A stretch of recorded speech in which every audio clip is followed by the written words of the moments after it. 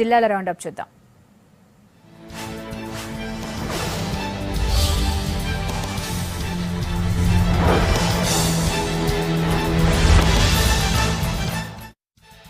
ప్రకాష్ నగర్ కు చెందిన వారవాసి ముకుందం లక్ష్మి కూతురైన రాధిక ఈ ఏడు 9వ తరగతి పూర్తి చేసింది. పక్క గ్రామానికి చెందిన ఓ యువకుడితో రాధికకు పెళ్లి సెటిల్ చేశారు తల్లిదండ్రులు.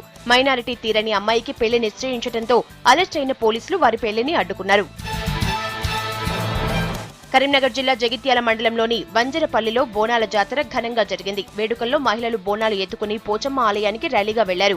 అమ్మవారికి బోనం సమర్పించి మొక్కులు చెల్లించుకున్నారు. ఈ ఏడు వర్షాలు బాగా కురవాలని అమ్మను వేడుకున్నారు. కార్యక్రమంలో భాగంగా ఒగ్గుడోలు కళాకారుల సందడి ప్రత్యేక ఆకర్షణగా నిలిచింది.